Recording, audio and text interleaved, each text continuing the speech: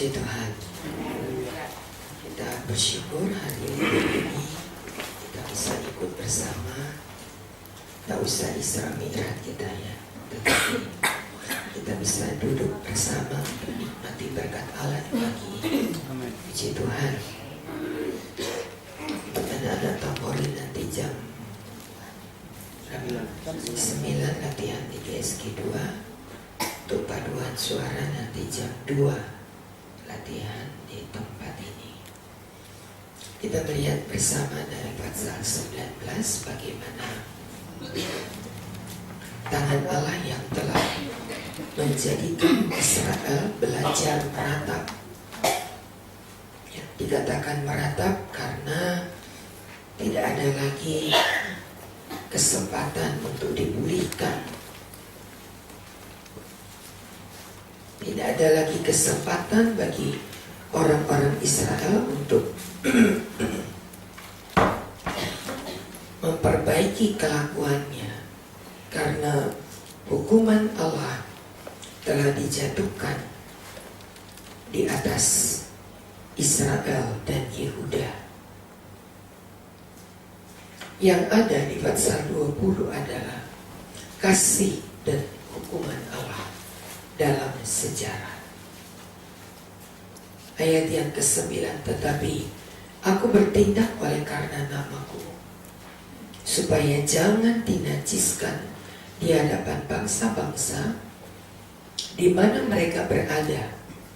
Di hadapan bangsa-bangsa aku menyatakan diri kepada mereka, dalam hal aku membawa mereka keluar dari tanah Mesir. Kalau kita perhatikan sikap Allah, maka Allah tidak berkata bahwa Allah perhitungan, tidak. Ya, kalau kita baca ini di hadapan bangsa-bangsa itu, aku menyatakan diri kepada mereka dalam hal aku membawa mereka keluar dari tanah Mesir. Jangan salah artikan bahwa Allah bikin perhitungan. Kenapa kok melakukan sesuatu Allah selalu ungkit-ungkit sih? Tidak ya, bukan mengungkit untuk membuat perhitungan, bukan. Tapi kalau kita perhatikan, Allah ingin pekerjaan yang dikerjakannya kepada orang Israel itu mendatangkan buah. Jangan berpikiran jahat terhadap Tuhan. Jangan menganggap bahwa wah, Tuhan itu melakukan segala sesuatu tapi selalu nanti diungkit deh. Itu bukan sifat Allah. Tapi Allah ingin tahu apa sih hasil daripada pekerjaan yang aku lakukan terhadap kamu. Kalau dia memberikan 5 talenta, dia memberikan 2 talenta, dia memberikan 1 talenta. Lalu pada pasal 25 Injil Matius itu, raja bertanya, apa yang kau berbuat dengan talenta yang aku berikan? Nah, kira-kira begitu, bukan mengungkit, tapi ingin tahu bahwa apa yang dipercayakan kepada kita itu menghasilkan. Jangan salah mengerti dengan tindakan-tindakan Allah. Ya, boleh kita baca ayatnya, Matius 25.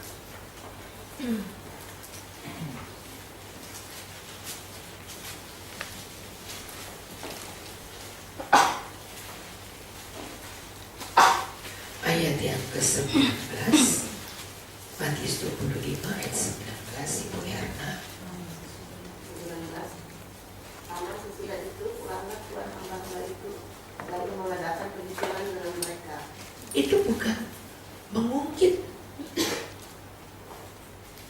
itu minta perhitungan. Amin.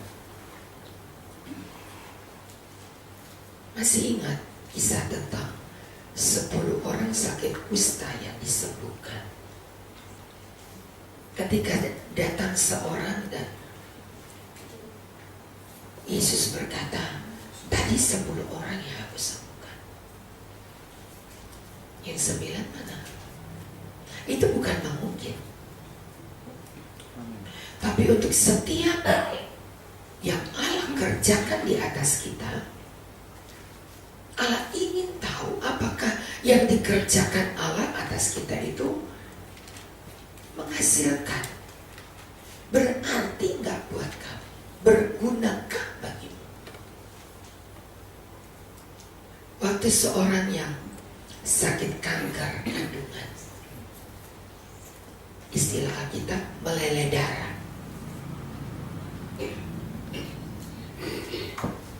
dia sudah berdiri.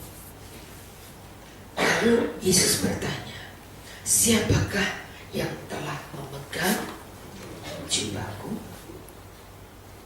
Murid-murid berkata, Tuhan, yang benar aja. Sekian banyak orang di sekelilingmu, lalu engkau bertanya, siapa yang menjamah jubah? Ya, udah pasti sekian banyak orang kesenggol. Itu kena jubahmu, itu sudah wajar kan? Yesus berkata, bukan begitu. Ada kuasa yang mengalir. Berarti bukan sekedar nyenggol, bukan sekedar hanya nggak sengaja menjamah pegang jubah Yesus, tapi memegang dan mengambil kuasa. Ada kuasa yang keluar daripada. Dan untuk setiap kuasa yang kita terima, Allah bertanya, kau buat apa dengan kuasa itu? Kira-kira begitu. Untuk setiap pertolongan yang aku berikan kepadamu, apakah itu berguna bagi kamu? Untuk setiap doa yang dijawab, apakah itu berarti bagi kamu? Yang orang Israel, mereka dikeluarkan bukan dengan main-main. Dari Mesir, Allah keluarkan mereka dengan dahsyat. Itu dengan dahsyat. Kuasa Allah dinyatakan dengan begitu dahsyat. 10 hukuman. Tiap-tiap hukuman disaksikan oleh sekian seluruh penduduk Mesir dan seluruh orang Israel. Itu adalah perbuatan spektakuler di dunia. Tapi yang sangat disayangkan, tidak ada perbuatan-perbuatan Allah itu yang berarti bagi orang Israel. Terlupakan begitu saja. Sebab itu kalau dikatakan di kembali Yesaya 20 ayat 9, aku menyatakan diri kepada mereka dalam hal aku membawa mereka keluar dari tanah Mesir. Aku membawa mereka keluar dari tanah Mesir dan menuntut mereka ke padang gurun. Aku memberikan ketetapan-ketetapanku, peraturan-peraturanku untuk manusia melakukan akan hidup. Hari-hari Sabatku, peringatan di antara Allah, aku dan mereka, supaya aku, Tuhan, diketahuilah yang menguruskan mereka. Itu keinginan Allah. Tetapi apa yang dibuat oleh orang Israel? Ayat 13, mereka memberontak Mereka tidak hidup menurut ketetapan. Mereka menolak peraturanku.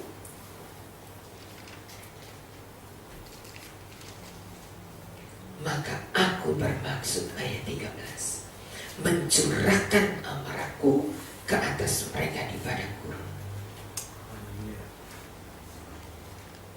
Semua dikerjakan. Kalau kita ikuti kisah perjalanan orang Israel di Mesir, itu prakarsa pertama dalam setiap tindakan itu adalah Allah. Memanggil Musa, menetapkan Musa menjadi seorang pemimpin, membawa kepada Firaun, melaksanakan 10 hukuman. Prakarsa itu dibuat Allah kepada orang Israel. Tapi ketika Allah lakukan semua itu, terasa pekerjaan Allah itu sia-sia. Dan digolongkan tindakan Israel adalah pemberontakan.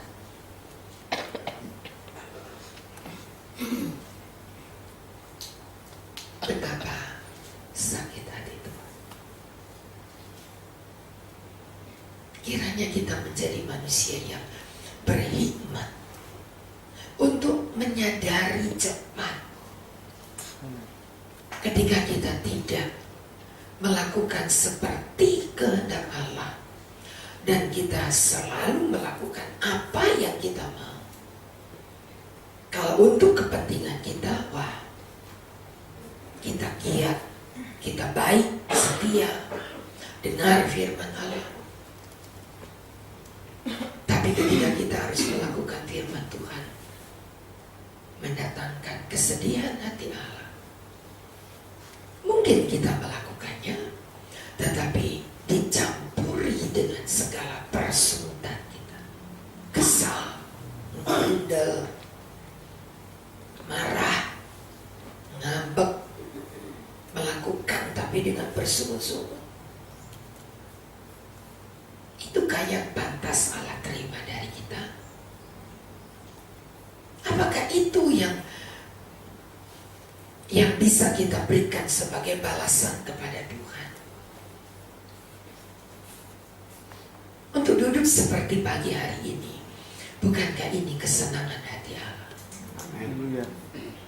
Minta uang saudara enggak? Tidak ada persembahan, tidak ada kolektor dalam setiap pagi. Enak kalau saya dapat kolektor saudara, selesai doa pagi saya ke pasar. Tapi saya tidak mengambil persembahan dari saudara walaupun saya berkhotbah. Jam khotbah di doa pagi dengan jam khotbah ibadah sama, setengah jam. Tapi bukan untuk minta kolektor saudara, tapi ini yang menyenangkan hati Allah.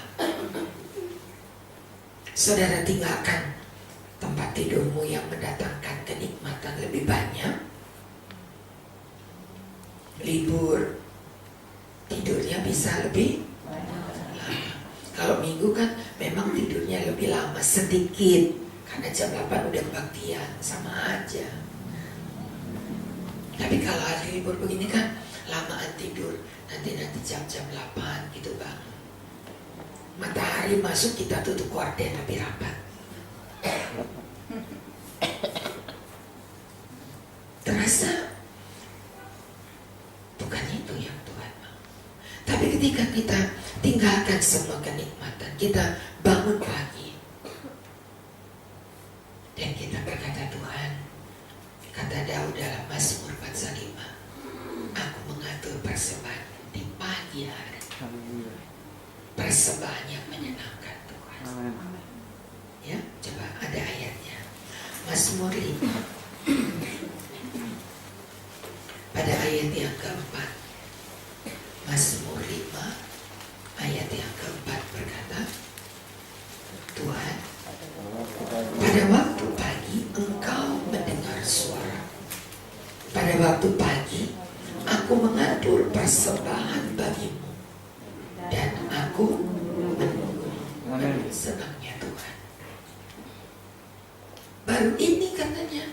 perbuatan yang kulakukan itu berarti bagimu.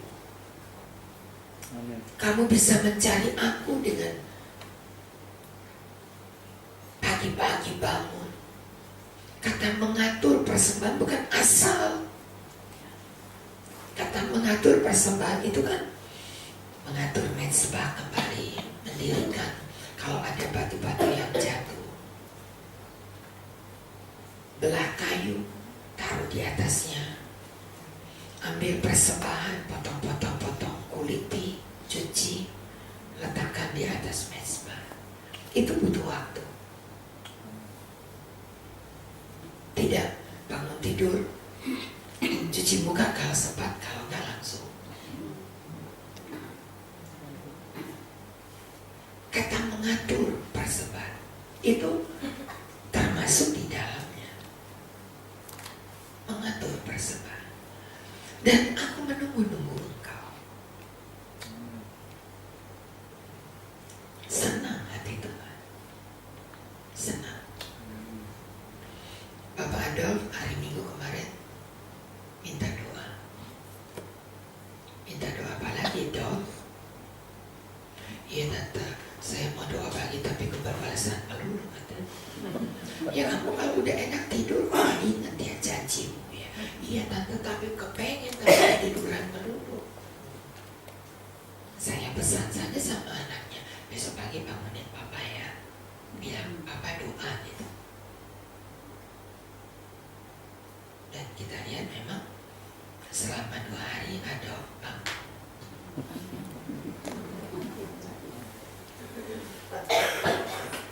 Jadi ada kerinduan di hati kita. Apa sih yang kamu buat terhadap aku, kata Tuhan. Udah semua yang kamu minta aku buat, aku berikan. Setiap doamu aku jawab. Apalagi yang aku kurang buat atas kamu. Kalau Tuhan mau tanya demikian kepada kita, kita malu, saudara. Kita cuma bisa tunduk kepala karena kita belum berbuat apa-apa kepada Tuhan. Yang kita minta banyak banget. Coba saudara hitung aja semua permintaan saudara. Lalu mana yang Tuhan tidak jawab? Mana? Semua permintaan saudara Tuhan jawab. Tapi apakah yang Tuhan ingin kita lakukan sudah kita lakukan? Itu sebabnya di pasal 20 tadi ayat yang ke 36, seperti aku berperkara, dari ayat yang ke 35, dan aku akan membawa kamu ke padang gurun bangsa-bangsa, dan di sana aku akan berperkara dengan kamu. Berhadapan dengan seperti aku berperkara 36 dengan nenek moyangmu di padang gurun tanah Mesir, begitulah aku akan berperkara dengan kamu. Ayo duduk, kata Tuhan. Ayo perhitungan, ayo. Kita lihat, kita hitung. Berapa besar, berapa banyak yang kamu buat terhadap aku, dan berapa banyak yang aku buat terhadap kamu. Mana lebih banyak? Aku membiarkan kamu lewat di bawah tongkat gembalaku, memasukkan kamu ke kandang dan menghitung kamu. Aku memisahkan dari tengah-tengahmu orang-orang pemberontak dan mereka yang mendurhaka terhadap aku. Aku akan membawa kamu keluar dari negeri tempat mereka tinggal sebagai orang asing. Tetapi di tanah Mesir, di tanah Israel, mereka tidak masuk. Aku akan mengetahui, kamu akan mengetahui bahwa akulah Tuhan. Ayo kalau mau berperkara, kalau mau bikin perhitungan, mari. Tuhan gak takut. Karena memang benar pertolongan Allah jauh lebih besar Amin. Amin. Dari apa yang kita buat bagi Tuhan. Mana ada manusia yang melakukan jauh lebih besar dari yang Allah lakukan? Mana ada? Siapapun dia. Pendeta besar seperti apa? Penginjil besar seperti apa? Mana ada? Perbuatan manusia melebihi perbuatan Allah. Oh, tidak ada, saudara. Ayo duduk. Mari kita berperkara. Amin. Yang kita lakukan nggak berarti apa-apa, sekecil apapun tidak berarti. Jangan merasa bangga. Oh, saya sudah ini, saya sudah ini, saya sudah ini. Coba bandingkan dengan pertolongan Allah. Seimbang. Semua yang kita rasakan, nggak usah jauh-jauh. Semua yang kita pakai dari kepala sampai telapak kaki kita, semua itu adalah kemurahan Tuhan. Gak usah besok, gak usah kemarin, gak usah tahun lalu. Hari ini aja yang kita pergunakan, yang ada di tangan kita, yang ada di genggaman kita. Bukankah semua itu berasal dari kemurahan Allah? Sebab itu, mari biarlah kita belajar beribadah, menyenangkan hati Tuhan. Jangan merasa begitu hebat dengan apa yang bisa kita lakukan. Gak ada apa-apanya. Tapi kalau kita bisa melihat diri kita, apalagi kita boleh berkata, hari ini aku dapat berdiri dengan pertolongan Allah. Sampai hari ini, kata Paulus, aku ada sebagaimana aku ada karena kemurahan Tuhan. Amin. Cuma karena kemurahan Allah. Dan biarlah itu menjadi satu bukti benar bahwa kita tidak pernah beribadah dengan sia-sia. Amin. Menjadi bukti benar bahwa kita bisa menikmati hidup dengan segala kemurahan Allah. Kita boleh angkat kepala kita.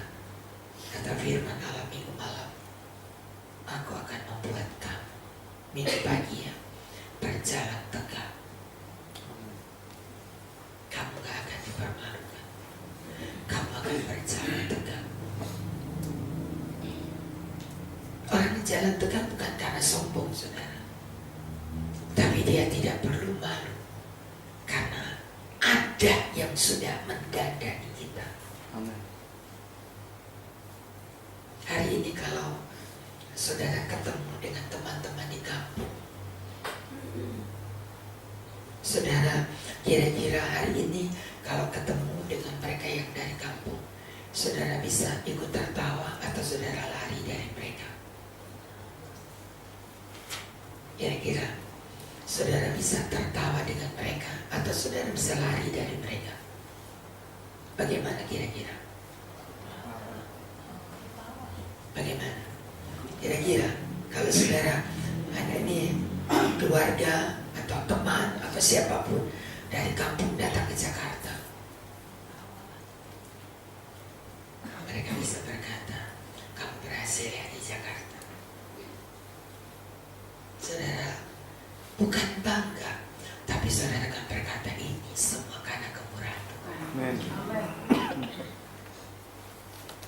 Tidak sebuah kebanggaan. Saya tidak pernah merasa bangga dengan semua ini. Tidak.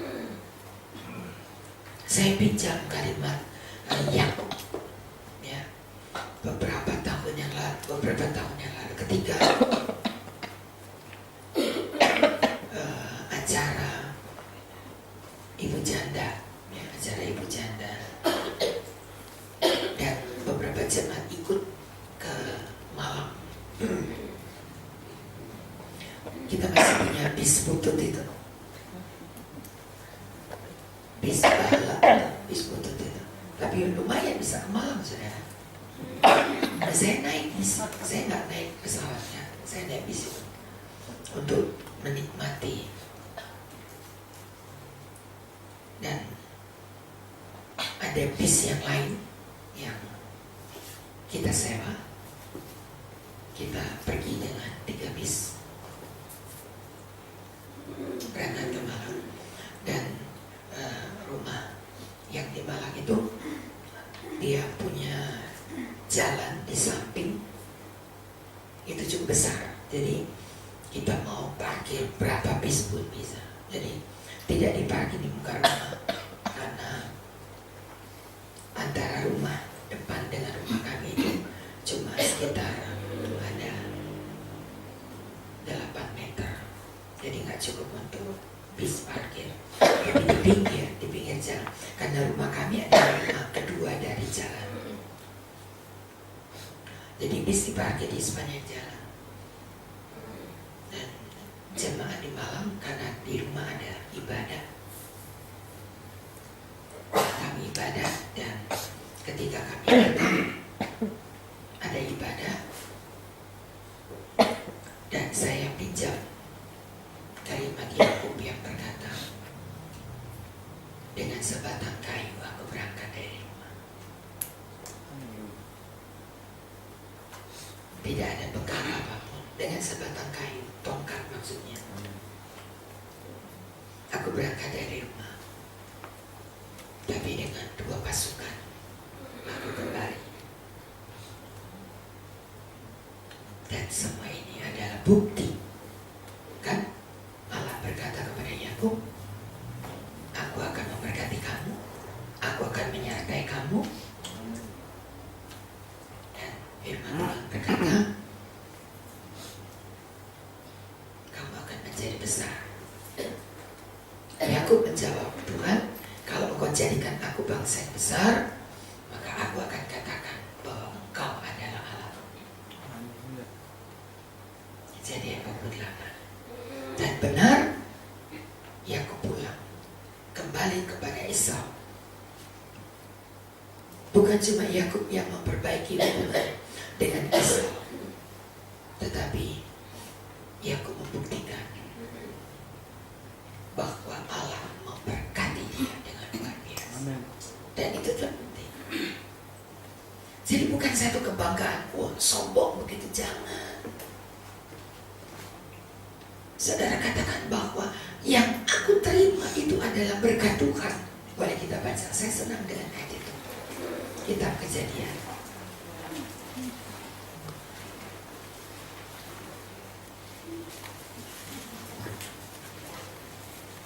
Pasal 32.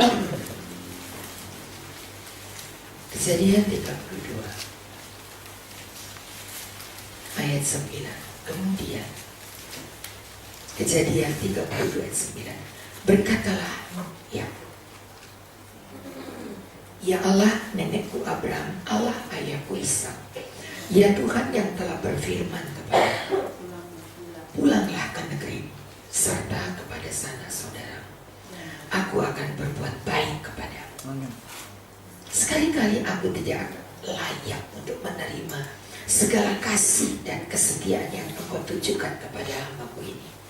Sebab aku membawa hanya tongkatku ini waktu aku menyeberang sungai Yordan, tapi sekarang telah menjadi pasukan. Jemaat di Malang tidak pernah menyangka saya mau jadi apa di Jakarta. Saya tidak mau membawa sedikit pun dari rumah. Kami cuma 2 bersaudara. Dan kalau ibu cara sudah menikah, maka segala yang ada pada orang tua itu diserahkan kepada saya. Karena untuk ibu cara sudah mendapat bagian, dan semua yang ada pada orang tua itu menjadi bagian saya. Tetapi saya katakan sedikit pun, 1 sendok pun saya tidak mau bawa. Saya mau menikmati bagaimana Allah pelihara saya. Dan benar, ketika saya kembali pulang dengan bukan membawa kekayaan, saya bersyukur Tuhan izinkan saya bawa jemaat. Mereka ada bersama saya. Itu menjadi satu sukacita hati saya dan kebanggaan saya akan Tuhan yang genapi janjinya. Dan itu menjadi satu pengalaman yang benar-benar membuat saya semakin mengasihi Tuhan. Kalau saya pulang bawa duit banyak berkarung-karung bagi-bagi, itu kan OKB. Kalau OKB gitu, pulang ke kampung, duitnya ditukerin duit receh yang tebal. Tiap orang datang untuk bagi 5.000 gitu. Itu OKB itu. Tapi saya bersyukur saya tidak bawa makanan, bawa kekayaan, bawa hebatnya, bawa bis butut itu, saudara. Dengan 2 bis yang kami sewa, kami 3 bus, dan jemaat boleh menikmati begitu baiknya Tuhan. Dan itu menjadi satu pengalaman yang sungguh indah bagi saya. Bukan, sekali lagi bukan kebanggaan, aduh hebat loh saya berhasil. Enggak, bukan. Saya boleh berkata Tuhan yang besar, yang sudah menjadikan yang tidak ada. Bulan Sereni tidak ada, saudara. Bukan jemaat orang saya menggantikan, enggak. Dari yang tidak ada menjadi ada. Dari yang tidak ada, saya tidak malu atau tidak takut mau saksikan, karena saudara-saudari yang mengikuti dari bulan Serai awal sampai sekarang itu hidup. Itu orang-orangnya yang bisa ditanyain benar nggak yang saya saksikan, satu kebenaran. Jadi saya nggak, oh ibu gembala jual jamu, enggak. Silakan tanya. Kenyataannya begini. Dan sekali lagi, ingat apa yang Allah sudah buat atas kita. Amin. Perhitungkan, kalau kita mau duduk, Tuhan itu seperti sahabat loh. Kalau kita mau duduk dengan dia dan dia mau bertanya, coba kamu katakan apa saja yang kamu telah buat saya. Lalu katakan apa saja yang aku telah buat terhadap kamu. Jangan saya deh, kamu aja yang ngomong. Bandingkan. Malu kita, saudara. Kita belum berbuat banyak terhadap Allah. Malu kita. Kalau kolektor cuma segitunya, belum bunyi lagi. Kalau orang di zaman Israel, memang uangnya dirham. Jadi tambah lama bunyinya, tambah kaya dia. Tinggi-tinggi lagi.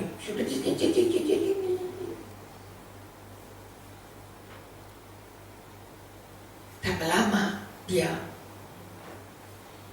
menjatuhkan recehan-recehan, kepingan-kepingan uang dirham itu. Mereka tersanjung karena wahnya orang kaya dia. Lalu hitung berapa yang Tuhan sudah berikan atas kita. Sebandingkah atau aku belum memberi apa-apa. Persembahan kita tuh gak ada apa-apanya, begitu kecil. Saudara, kalau doa persembahan kan seringkali mendengar, hanya ini yang kami dapat berikan. Bohong itu, saudara. Bohong. Tuhan, hanya ini yang dapat kami berikan sebagai persembahan. Bohong. Itu di dompetmu apa? Bohong. Lo sebenarnya jangan gitu dong doanya, kan? Tuhan, kami berikan bagian yang kami berikan hari ini. Kami akan berikan lagi besok, lebih baik lagi, lebih baik. Karena Tuhan sudah berikan terlalu banyak.